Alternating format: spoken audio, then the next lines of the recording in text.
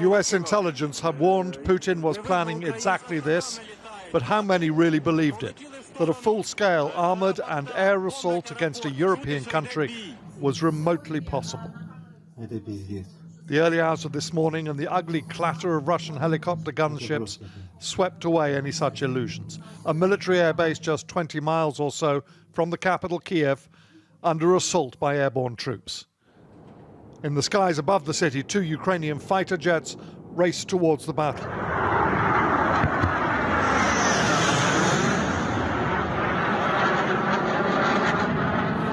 There are few details of the fighting. At least one Russian helicopter is known to have been shot down. And at mid-afternoon today, Russian airborne troops were filmed apparently in control of the airbase. They are Russian airborne forces. Now confirmed by the Ukrainian government. It may be a dangerous bridgehead for an assault on central Kiev.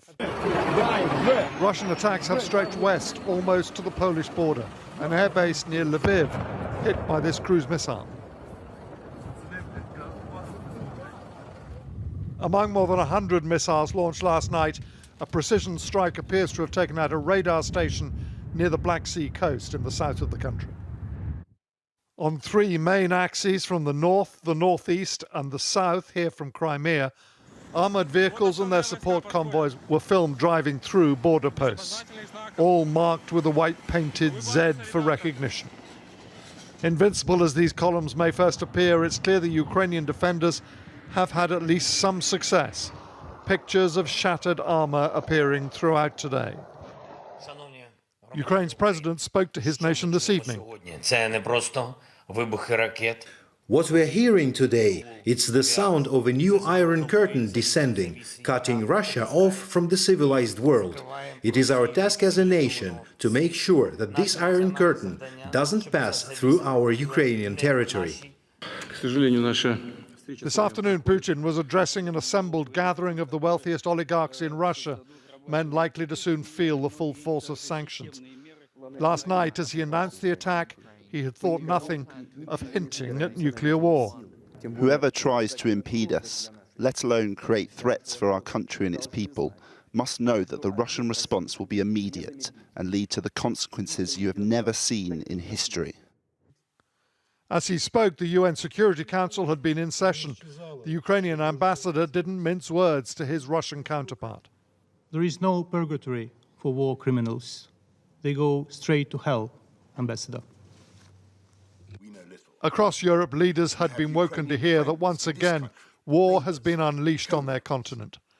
Ukraine is a country that for decades has enjoyed freedom and democracy and the right to choose its own destiny. We and the world cannot allow that freedom just to be snuffed out. From Washington, a significant push to Europeans wondering how hard to go with sanctions. We will limit Russia's ability to do business in dollars, euros, pounds, and yen to be part of the global economy. NATO is meeting in special session. Even non-members, Sweden and Finland, are to attend. More than 100 aircraft are on high alert. This is a grave moment for the security of Europe.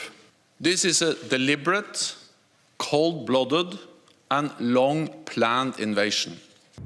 On Ukraine's western borders, thousands are already queuing to leave the country. The horrors of war are frequently followed by a refugee crisis. This may be no exception. Before today ended, pictures emerged of Russian armour surrounding the Chernobyl power station.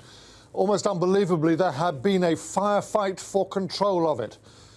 But these are the sort of risks that we are exposed to when an unthinkable war suddenly becomes a real shooting war.